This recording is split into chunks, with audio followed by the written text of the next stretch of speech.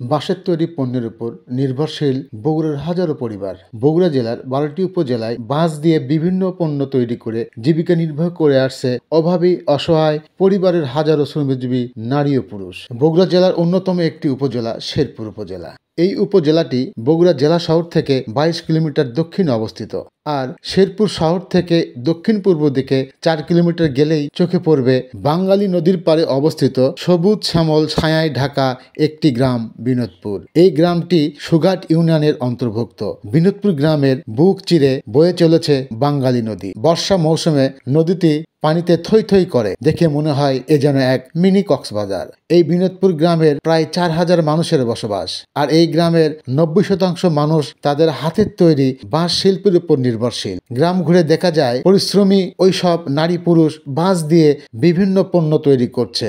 দিনের সিংহভাগ সময় কাটে তাদের বাঁশের বিভিন্ন পণ্য তৈরিতে। এছাড়া জেলার শেরপুর উপজেলার চকসাদি, মাঝিপাড়া, জোরগাছা, তালপট্টি, সীমাবাড়ি, কাশিয়াবালা, সুঘাট বাঁশ শিল্পখ্যাত গ্রাম বলেই সর্বাধিক পরিচিত। এসব গ্রামের হাজারো নারী পুরুষ বাঁশ শিল্পের সঙ্গে জড়িত রয়েছে। বাঁশি তাদের জীবিকার আশ্রয় এবং বাঁশি বেঁচে থাকার স্বপ্ন দেখায় তাদের। বিনোদপুর গ্রামের হাজার হাজার নারী পুরুষের বাঁশ দিয়ে হাতের তৈরি প্রধান পণ্য তালাই বা চাটাই। এছাড়াও বিনোদপুর গ্রামে বাঁশের বিভিন্ন পণ্য তৈরিতে ব্যস্ত সময় পার করছেন এই শিল্পের সঙ্গে জড়িত শ্রমজীবী মানুষেরা। তাদের কেউ কেউ দা দিয়ে বাঁশ কাটছে, আবার কেউ বা বেতি তৈরি করছে রকমারি পণ্য তৈরির জন্য।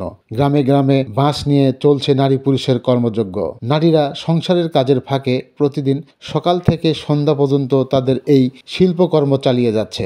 এই গ্রামের অনেক পরিবার রয়েছে যারা বাঁশের বিভিন্ন পণ্য তৈরি করে জীবিকা নির্বাহ করে আসছে। তাদের জমি জমা নেই বললেই চলে। অসহায় সম্পদও তেমন একটা নেই, আছে শুধু মাথা গোজার মতো ঠাঁই। তাদের বাঁশের তৈরি তালাই সহ এসব সামগ্রী জেলার বিভিন্ন উপজেলা সহ নাটোর, নওগাঁ, জয়পুরহাট, সিরাজগঞ্জ, পাবনা, রাজশাহী সহ আশেপাশের বিভিন্ন জেলা শহরে ব্যবসায়ীরা কিনে নিয়ে স্থানীয় বিভিন্ন হাটবাজারে বিক্রি করেন। বাঁশ শিল্পের এই পেশার সঙ্গে বংশ পরম্পরায় ধরে জড়িত তারা সহ তাদের সন্তানরা জীবিকা নির্বাহের এটিকেই পেশা হিসাবে বেছে নিয়েছেন তারা। বাঁশের তৈরি পণ্য চাটাই, ধারাই, ডালা, ঝুড়ি, করপা, দারকি সহ বাঁশ দিয়ে মাছ ধরার বিভিন্ন সামগ্রী বানিয়ে থাকেন তারা। এসব সামগ্রী বানানোর সিংহভাগ কাজ নারীরাই করে থাকেন।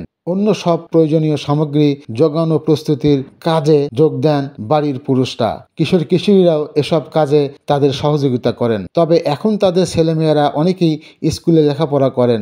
নতুন প্রজন্মরা এই পেশা থেকে বেরিয়ে অন্য কাজে যোগ দিচ্ছেন। বাঁশ শিল্পের সঙ্গে জড়িতরা জানান, বাজারে বিছনার তালার দাম খুবই কম। আমরা এই জীবনযাপন এভাবে কাটাচ্ছি, আমাকে খুব কষ্টকর জীবন কাটাচ্ছি। পরিবার আমার ৫-৭টা, এই দামেতে আমাকে সচরাচর দিন যাচ্ছে না স্যার। আমি সংসারের কাজের পাশাপাশি বাঁশের কাজ করি। সারাদিনে 2 থেকে 3টা তালাই বুনাই। এখন তালার চাহিদা খুবই কম, কেনার মতন ব্যাপারীও নেই। সরকার যদি আমাদের সুদমুক্ত নুনের ব্যবস্থা করে দিত, তাহলে আমরা ছেলে মেয়ে নিয়ে ভালোভাবে চলতে পারতাম।